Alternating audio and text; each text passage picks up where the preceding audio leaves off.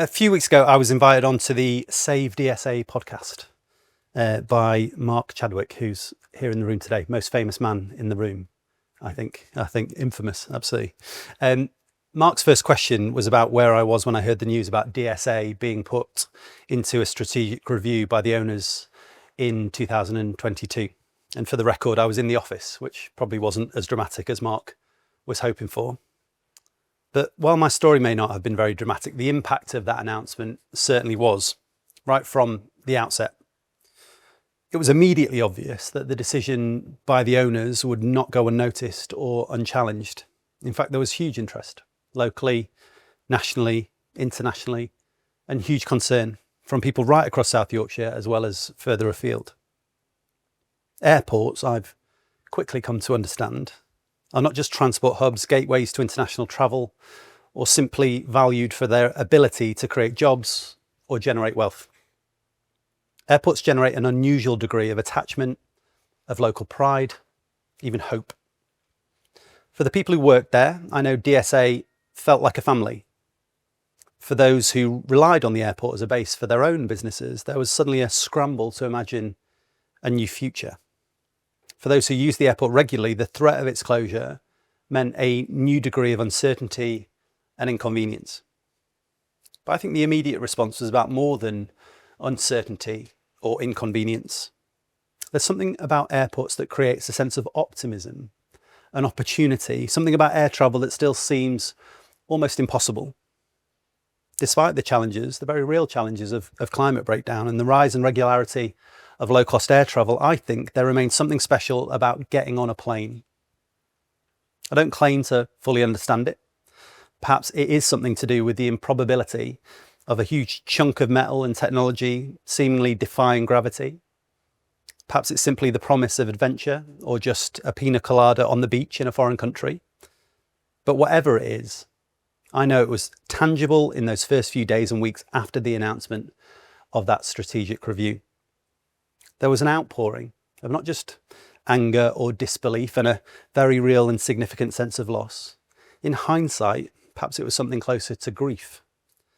But there was also an outpouring of genuine enthusiasm for DSA and what it means to people across our communities and beyond. And an almost universal demand that it be kept open. That came through clearly and immediately, online, in person, in writing, over the phone, and at the public meetings I organised in the aftermath of the announcement. People wanted to save DSA. Specifically, in the face of indifference from the government at the time, they wanted local action from local leaders to step in and save DSA. There's been no shortage of commentary in the weeks, months and years since those first few days about my commitment to first saving and then reopening our airport. So for posterity, if nothing else, let me be crystal clear. I have always wanted our airport to thrive, to act as a gateway to South Yorkshire, a magnet for investment, and a central driver of opportunity for our whole community. My commitment to that goal has never been simply an empty promise. Throughout the process that has led us to today, I have matched ambition with action. At this point, I think it's perhaps worth listing the work that has been put in with partners to save DSA to make real my commitment to this project. Just days after the news about Peel's decision, I was the first and only person to organise public meetings to bring together our communities behind the goal of saving DSA. I instructed my team at the MCA to negotiate with Peel and negotiated myself with a view to brokering a deal to either save or sell our airport. For months, I chaired weekly meetings, bringing together the City of Doncaster Council and our MPs to coordinate our response. I asked the government to use the Civil Contingencies Act as a mechanism to keep DSA open. I even tracked down the aviation minister at Tory conference in Birmingham and made our case in person. I authorised an offer of £7 million to Peel, an offer designed to keep DSA open for an additional 12 months past the putative closing date, in the hope we could try to negotiate a sale while the airport remained open and operational. I lobbied the government to designate DSA and Gateway East as part of the UK's first investment zone, offering us the opportunity to use business rate retention to invest in the future of the project. And since it was closed in November 2022, I've committed £16 million to the process of reopening DSA. I've brokered an additional £30 million investment from government and personally secured the support of the Chancellor for our plans to reopen our airport. I brought the PM and the Deputy PM to Doncaster, who've both been vocal in their support too.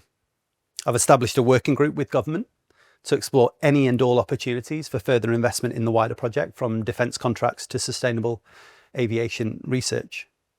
And I've commissioned one of the most in-depth business case assessments the MCA has ever undertaken, so we can truly understand the risks, the benefits, the opportunities inherent in reopening DSA, giving us a robust analysis of what the pathway to success looks like.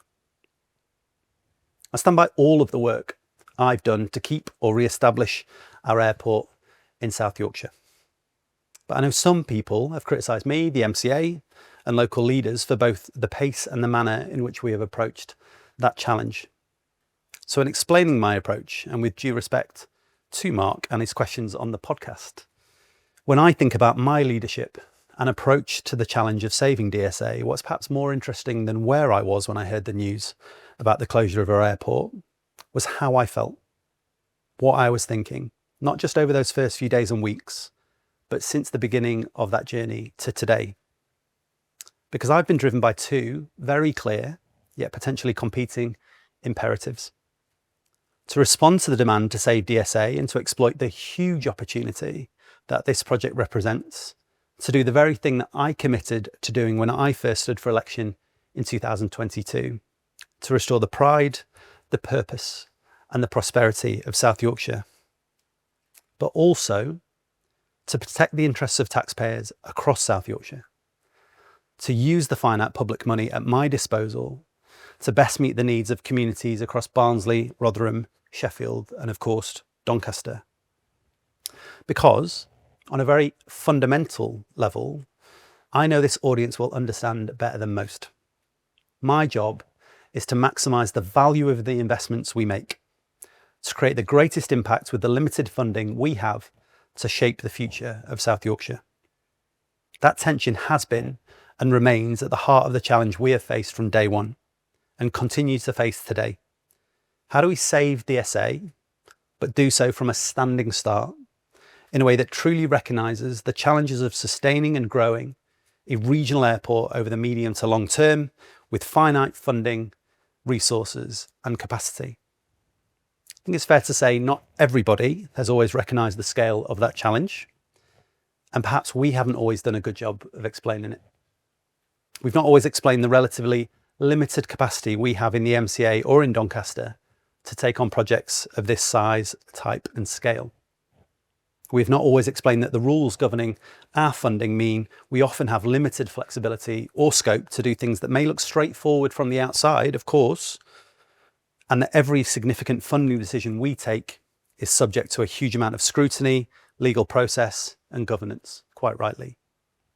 We have not always explained the very many complexities of reopening our airport, from procuring fire engines and negotiating with airlines to hiring and training air traffic controllers and taking on new security arrangements. And we have not always explained the unique nature of this particular challenge, that there is no playbook for us to draw on, no template for us to use. I know some people will point to Teesside Airport, but their airport has only ever been a little over a quarter of the size of ours. Others will point to Manchester Airports Group, which is a monster compared to DSA. Because in the rush to explain what we wanted to do, save DSA, we have not always been as forthright as we could have been at explaining how we are taking on that challenge. And that lack of communication has, I know, specifically led to a charge that I may not be completely committed to reopening DSA, or that I'm taking too long to complete a process that is little more than a rehash of work that has already been done. So I want to take this opportunity to talk a little about the work we have been doing at the MCA and alongside our partners at Doncaster Council to work out whether we can reopen DSA and create a world-leading sustainable aviation hub and advanced manufacturing hub at Gateway East. To talk about what we know now that we did not know before, about the risks and opportunities we have uncovered, and what the pathway to success might look like. Because that work, led by my team and supported by colleagues in Doncaster, in government and from the private sector, has been nothing short of vital. Firstly, let me take on the charge that we have taken too long to get to this point and are simply engaged in a duplication of work that has already been done. That, in the words of a small number of people on social media, certainly not Mark's page, we should just effing get on with it. Friends in this room will know that the reopening of DSA and the development of the wider South Yorkshire Airport City project initially attracted significant attention and interest from the private sector. We had initially hoped that a private sector operator would take on the work of financing and reopening DSA. But we were simply not prepared to sign that deal no matter the cost, or no matter the longer term implications of a deal that did not offer the communities of South Yorkshire a share of the benefits that was equal or greater to the share of the risk we would also have been taking on. So we've taken on that challenge ourselves. City of Doncaster Council, the MCA, and now with the support from government. But that material change has required us to undertake a new and deeper level of analysis to satisfy the very significant demands of using public funding for a project of this nature and this scale. I have made and will make no apology for that approach, for doing the proper due diligence when being asked to potentially spend in excess of £150 million of public money to make real a project that has the potential to either be a huge economic driver or a significant drain on public funds. Whatever work we do now, there can of course be no guarantees either way. And yet the greater the scrutiny, the expertise, and the work we can bring to bear now, the greater the likelihood of getting that decision right. An unprecedented challenge requires an unprecedented approach. That's why we have commissioned one of the most comprehensive business case analyses in the history of the MCA. Over the last year, we've worked to develop a comprehensive assurance, review and funding decision analysis, one that highlights the strategic alignment, financial risks, opportunities and governance questions we need to consider before taking any final funding decision. That work has included, and please bear with me, risk assessments and reviews of our own assurance processes, independent analysis of aviation forecasts, including commercial passenger and freight targets, programme planning, an ongoing review of the lease arrangements with the landowners, Gateway East master planning that offers a greater understanding of the infrastructure and investment needed to create a world-leading sustainable aviation hub as part of the South Yorkshire Airport City project, a new analysis of the cost to benefit ratio of the project, a climate and sustainability impact assessment, skills and employment considerations so we can make sure local people can access the opportunities we want to create, and more. And we have undertaken that work at pace. To have gone from the closure of our airport in November 22 to a position where we now have moved this project forward to this point, and to have almost completed investment grade due diligence with nearly 1,000 pages of analysis is, in my opinion, if not extraordinary, then certainly notable. The public sector is often criticised for not operating commercially, for taking decisions based on politics and ideology or political expediency, maybe simply to win an election, rather than taking a hard-headed analysis of the facts and the data. I'm not here to make the case that the MCA is now acting like a business. I do have a different set of conditions and outcomes that I must take into account when making decisions. I'm not simply here to make a profit for the MCA or South Yorkshire. My job is often to take a longer term, more strategic approach, and sometimes to invest public money to create the conditions for growth, rather than a direct return on investment, to create opportunity for people right across South Yorkshire. But just like the decision made by any business or any public sector body, that can never be at any cost. Of course, the public and private sector have different measures of success. But in this case, I think it's right to say we are doing a level of analysis that every business in this room would expect when approaching a deal of this scale, if not more. Because as I've said many, many times already, when engaging in a project this big and this important to so many people, failing to prepare is tantamount to preparing to fail. Act in haste, repent in leisure. The best possible way for me to give DSA, Doncaster and South Yorkshire the future we want and the future we deserve is to do everything we can to understand that this project will need if it's going to be a success, and whether we think we have the resources, the conditions, the tools and the ability to make that vision a reality.